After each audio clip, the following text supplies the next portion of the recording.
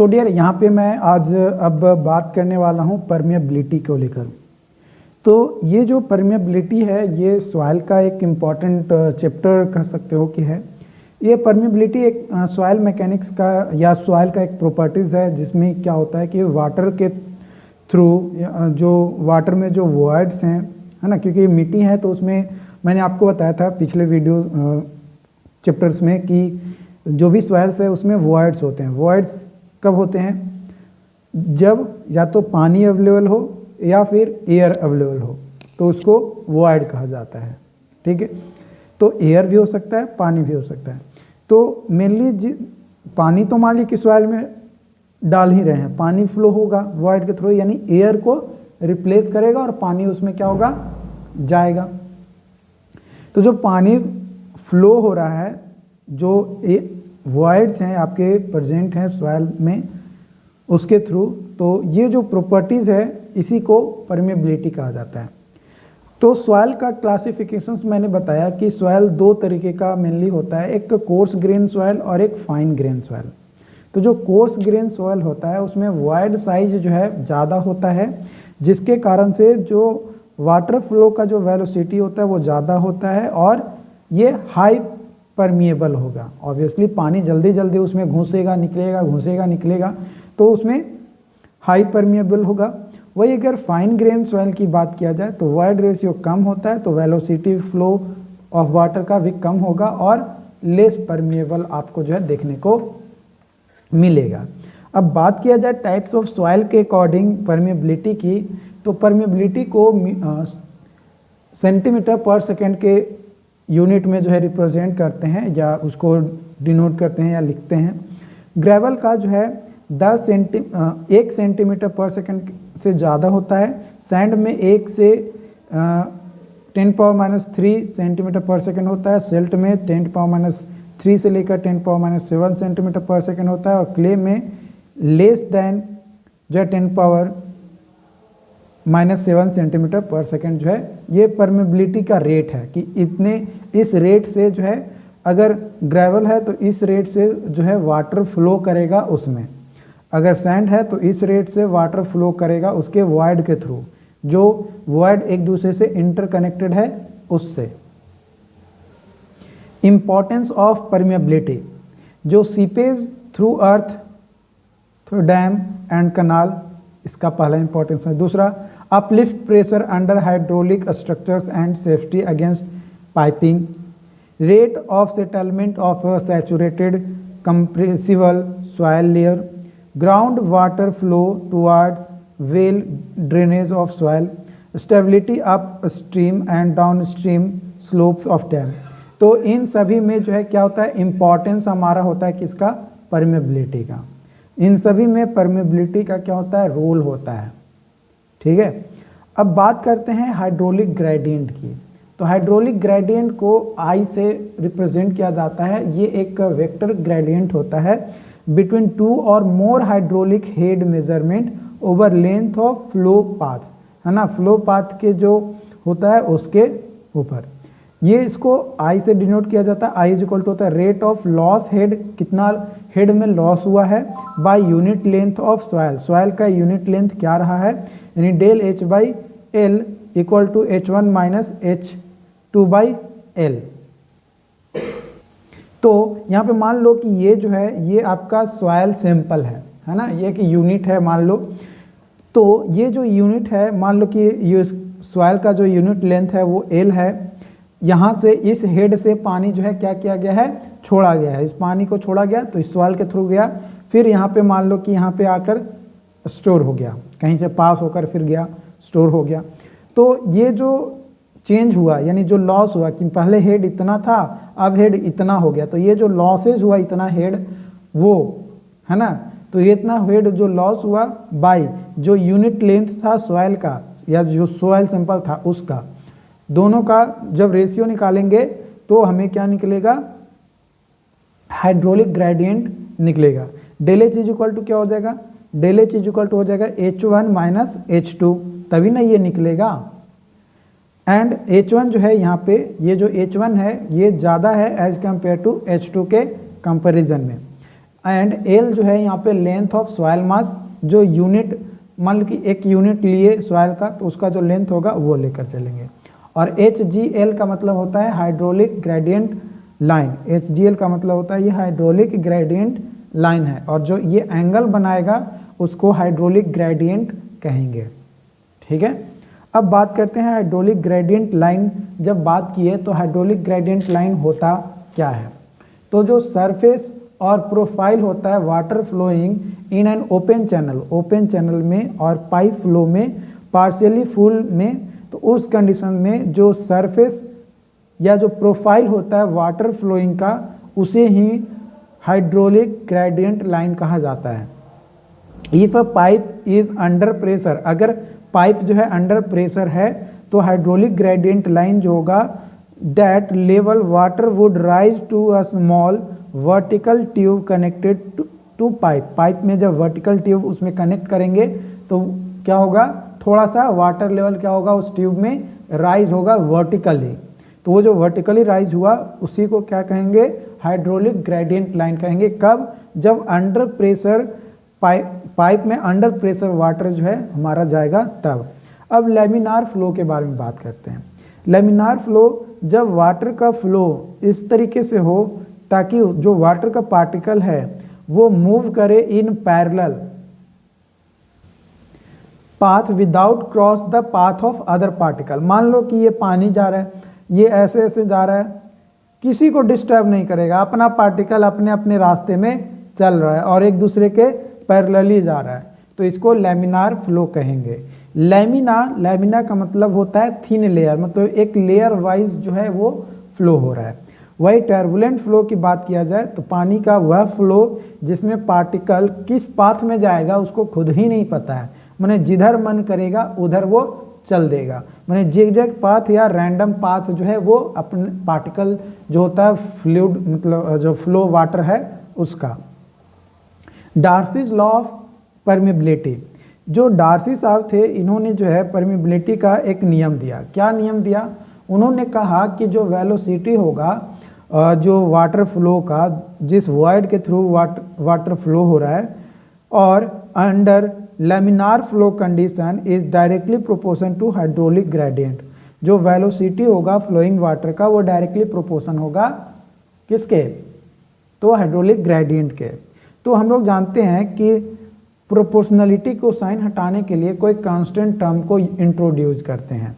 तो यहाँ पे के जो है एक कांस्टेंट टर्म के तौर पे इंट्रोड्यूस होगा जिसको परमेबिलिटी कांस्टेंट के नाम से जानते हैं।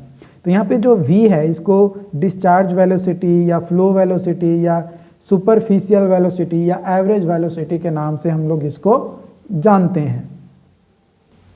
I जो है hydraulic gradient and Q is equal to यानी discharge is equal to area into velocity, तो हो जाएगा A K I, so discharge is equal to हो जाएगा के आई ए।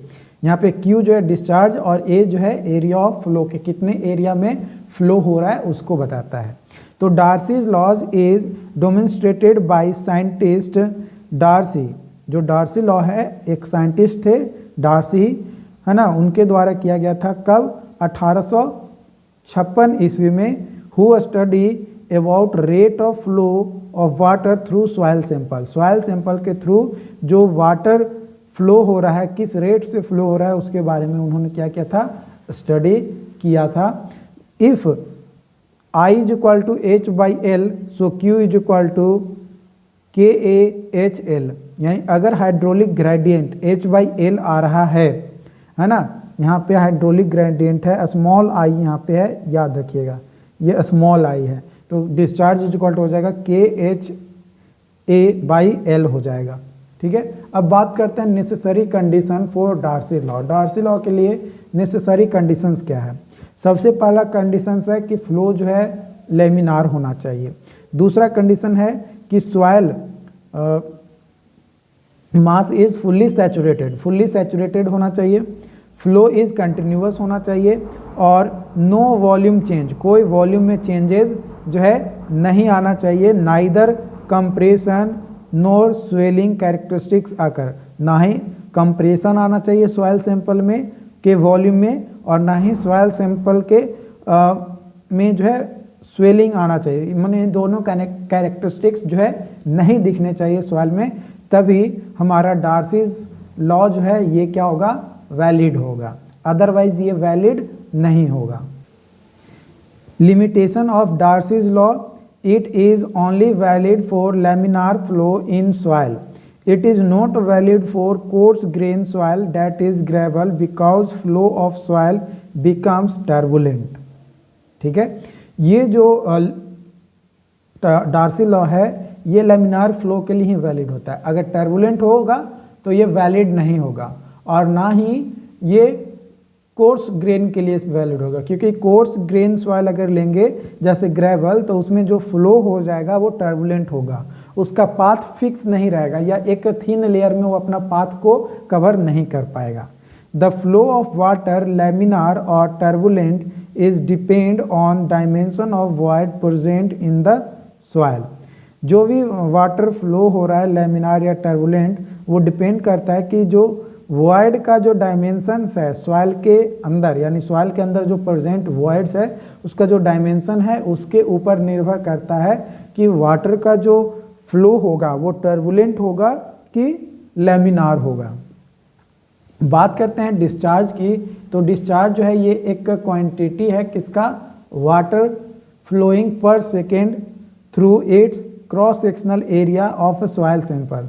कोई भी सॉइल सैंपल में जो क्रॉस सेक्शनल एरिया है उसके थ्रू जो क्वांटिटी है पानी का जो फ्लो हो रहा है पर सेकेंड में, उसी को जो है डिस्चार्ज बताता है। V is equal to Q by A, तो Q is equal to small q is equal to capital Q by T.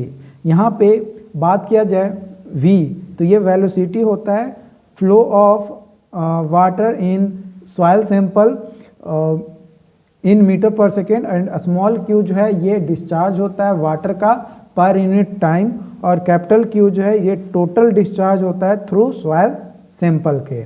ठीक, एंड यहाँ पे ये जो टाइम है ये कितना टाइम लग रहा है फ्लो होने में, वो टाइम को जो है यहाँ पे नोट किया है। ठीक है, उसको लिखा जाता है। If any soil sample there are two types of velocity, कोई भी सॉइल सैंपल है तो उसमें जो वेलोसिटी है ये दो तरीके का वेलोसिटी जो है एग्जिस्ट करता है, पहला डिस्चार्ज वेलोसिटी और दूसरा सीपेज वेलोसिटी। तो डिस्चार्ज वेलोसिटी क्या होता है, rate of discharge of soil water through unit cross sectional area of soil sample. Soil sample में मान लो कि ये जो है हम मान लेते हैं कि सॉइल सैंपल है, ठीक, इस सॉइल सैंपल में यहाँ से हमारा जो है पानी फ्लो हो रहा है, ठीक है, यहाँ से ये निकल रहा है, ठीक है, तो ये जो पानी इंटर किया बाहर गया तो इसका कुछ क्रॉस सेक्शनल एरिया होगा, मान लो इस सॉइल सैंपल का क्रॉस सेक्शनल एरिया A है, तो इस एरिया के थ्रू जो भी पानी फ्लो हो रहा है ना, उस रेट को जो है हम लोग क्या कहेंगे, डिस्चार्ज वेलोसिटी कहेंगे। क्या कहेंगे, डिस्चार्ज वेलोसिटी कहेंगे, जो कि आपका यहाँ पे हो जाएगा V is equal to small q by A, capital A जो है क्रॉस सेक्शनल एरिया है सॉइल सैंपल का।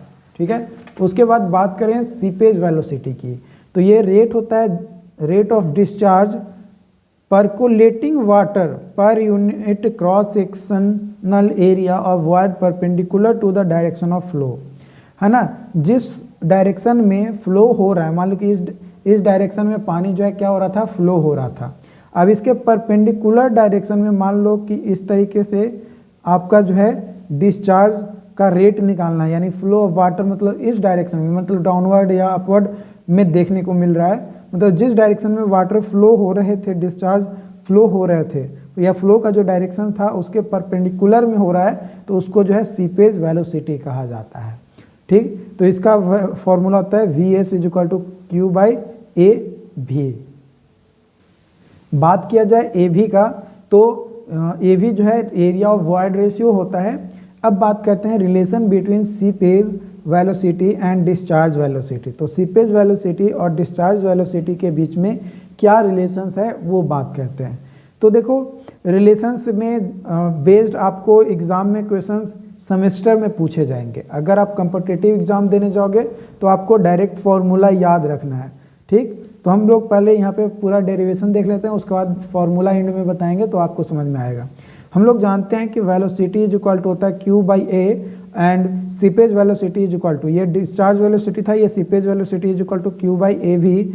सिंस यहाँ पे हम लोग कहेंगे कि जो सीपेज वेलोसिटी है वो ज़्यादा है एज कम्पेयर, जो एरिया है ना, जो एरिया है सॉइल सैंपल का वो ज़्यादा है as compare to area of void, ठीक है। तो जो डिस्चार्ज वेलोसिटी होगा वो क्या होगा, सीपेज वेलोसिटी से ज़्यादा होगा। So Q is equal to V into A is equal to V S into A V, but हम लोग जानते हैं कि A V by A is equal to V V by V is equal to N, यानी ये बताएगा porosity को। तो जो पोरोसिटी है, पोरोसिटी का हम लोग रिलेशन जानते हैं वॉइड रेशियो के रिस्पेक्ट में कि E बाई 1 प्लस ई जो है हमारा होता है। तो जो सीपेज वेलोसिटी है वो हमारा क्या हो जाएगा, यहाँ पे वो हो जाएगा V S is equal to V into A by A V, यानी वी बाई न्यू। तो सीपेज वेलोसिटी हो जाएगा 1 plus E by E into B, ये सीपेज वेलोसिटी हो जाएगा। या फिर इसको आप ऐसे भी लिख सकते हो, ये तो एक रिलेशंस हुआ कि सीपेज वेलोसिटीज और डिस्चार्ज वेलोसिटी के बीच में रिलेशंस क्या हुआ, ठीक। यहाँ पे ये जो v है, v जो है ये डिस्चार्ज वेलोसिटी को शो कर रहा है, किसको, डिस्चार्ज वेलोसिटी को, डिस्चार्ज वेलोसिटी को शो करता है, ठीक। और vs जो है ये सीपेज वेलोसिटी को, E जो है वॉइड रेशियो को। तो यहाँ पे लिख लेते हैं E is equal to void ratio and Vs is equal to seepage velocity,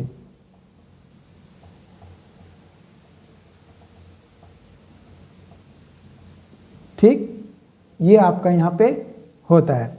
तो V by V S is equal to small q by A by q by A V is equal to A V by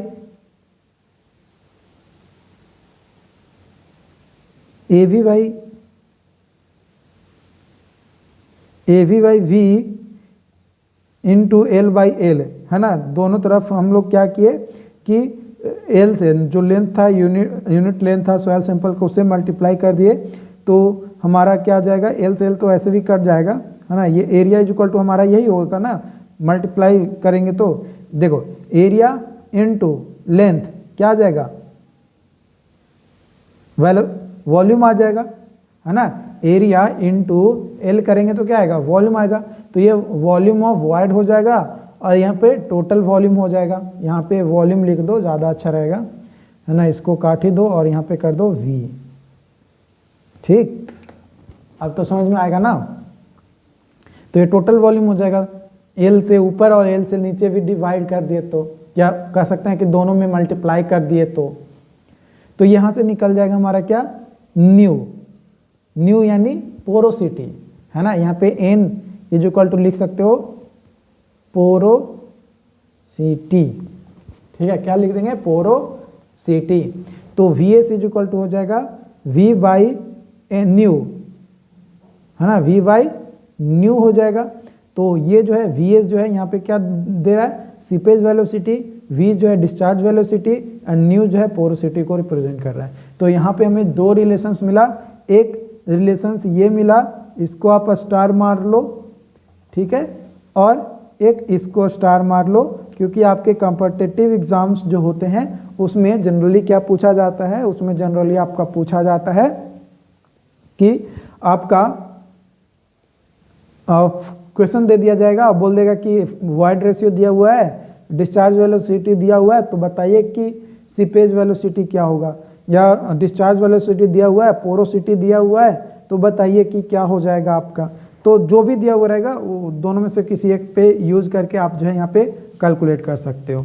तो आपको यहीं पे भी मिल गया था, ये जो रिलेशन देखोगे, है ना, यहाँ पे अगर इसको हटा दें और यहाँ पे ये Vs करें तो आपको यहीं पे ये रिलेशंस मिल गया था। लेकिन मैंने इसको दोबारा इसलिए किया क्योंकि ये दूसरे तरीके से, अलग तरीके से जो है यहाँ पे मैंने इसको डिराइव करने की कोशिश किया था, ठीक है। ऐसे ये चीज़ें ऊपर वाले कंडीशंस में भी जो है हमारा लागू हो गया था।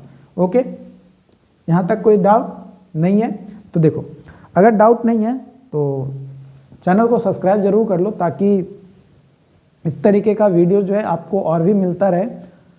एंड डियर, आप लोग देख तो लेते हो बट आप लोग चैनल को सब्सक्राइब करते नहीं हो, तो सब्सक्राइब ज़रूर कर दिया करो, ताकि हमारी एफर्ट जो है वो लगे कि नहीं, जो मैंने एफर्ट लगाया है वो एफर्ट आप लोगों को पसंद आया है।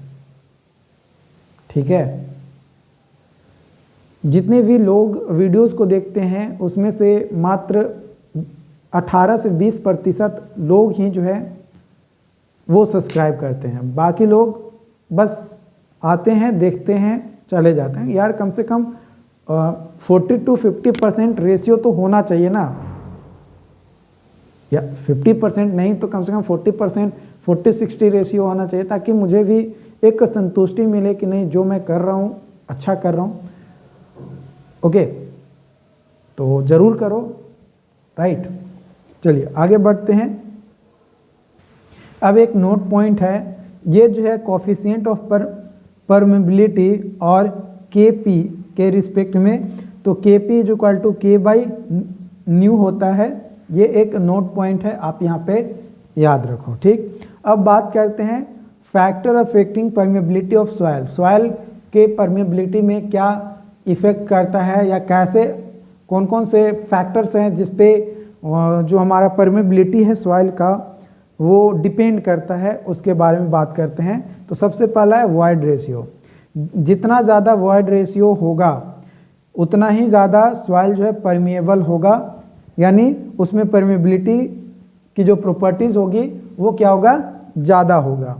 डिग्री ऑफ सैचुरेशन, अगर बात किया जाए डिग्री ऑफ सैचुरेशन की, तो अगर डिग्री ऑफ सैचुरेशन हमारा ज़्यादा होगा, है ना, जितना ज़्यादा डिग्री ऑफ सैचुरेशन होगा उतना ही कम परमेबिलिटी होगा, और अगर परमेबिलिटी कम है तो हम लोग कहेंगे कि डिग्री ऑफ सैचुरेशन ज़्यादा है। ठीक है, माने इन्वर्सली प्रोपोर्शन हो जाएगा, यानी एज जो है अगर बड़ा होगा तो जो परमेबिलिटी है वो क्या होगा, कम होगा या लेस परमिएबल होगा। Impurities of water, impurities of water क्या करता है कि जो सॉइल में परमिबिलिटी है उसको कम करता है, यानी जितना ज़्यादा इम्प्योर वाटर होगा उतना ही कम परमेबल होगा सॉइल में, और जितना फ्रेश होगा प्योर वाटर होगा उतना ही ज़्यादा क्या होगा, परमिएबल होगा। मतलब सॉइल में के थ्रू, सॉइल के वॉइड के थ्रू वो क्या हो जाएगा, फ्लो करता जाएगा। ठीक, अब बात करते हैं पार्टिकल साइज। तो पार्टिकल साइज के बेसिस पे अगर मान लो कि कोई सॉइल सैंपल है और उसका जो पार्टिकल साइज है वो ज़्यादा है ना, या बड़ा है, तो उस कंडीशन में जो परमिबिलिटी होगी वो ज़्यादा होगा। जैसे ग्रेवल, ठीक, तो ग्रेवल का पार्टिकल साइज ज़्यादा है तो उसमें परमिबिलिटी ज़्यादा देखने को मिलता है।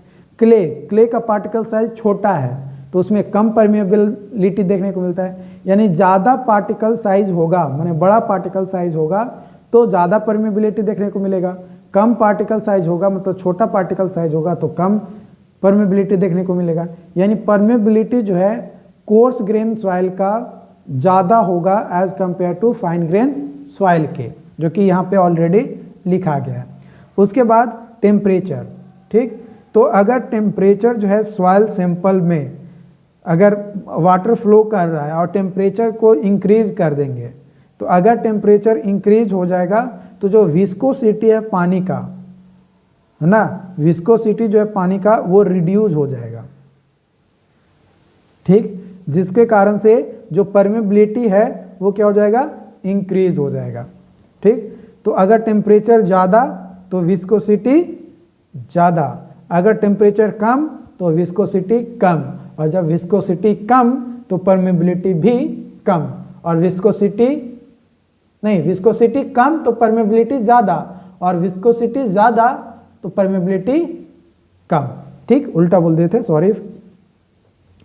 शेप ऑफ पार्टिकल, तो जो परमेबिलिटी होता है कोर्स ग्रेन सॉइल सैंपल का वो ज़्यादा होता है क्योंकि उसका जो शेप होता है सॉइल पार्टिकल्स का वो इरेगुलर होता है ना, उसका कोई फिक्स डायमेंशन नहीं होता है कि किस डायमेंशंस में आपको जो है मिलेगा। वही अगर कोई वैसा पार्टिकल है जिसका डायमेंशन फिक्स हो, है ना, कि हाँ हमेशा जो है गोल रहेगा तो गोल ही रहेगा, तो उस कंडीशन में जो परमिएबिलिटी है वो चेंज हो जाएगा। ठीक है, तो कोर्स ग्रेन में जनरली ज़्यादा होता है परमिएबल और फाइन सॉइल में, क्योंकि लगभग सेम प्रोपोर्शन में जो है पार्टिकल्स देखने को मिलता है, इसलिए उसमें हमें जो है क्या मिलता है, कम परमिएबिलिटी देखने को मिलता है। तो आज के सेशंस को मैं यहीं पे समाप्त करता हूँ। बाकी जो भी डाउट्स होंगे वो आप हमें बताइएगा और हम और हमारी टीम आपकी पूरी हेल्प करेगी। तो चैनल को ज़रूर सब्सक्राइब कर लीजिएगा ताकि आपको इस तरीके का वीडियोस का नोटिफिकेशंस अपडेट्स आपको मिल सके। Thank you.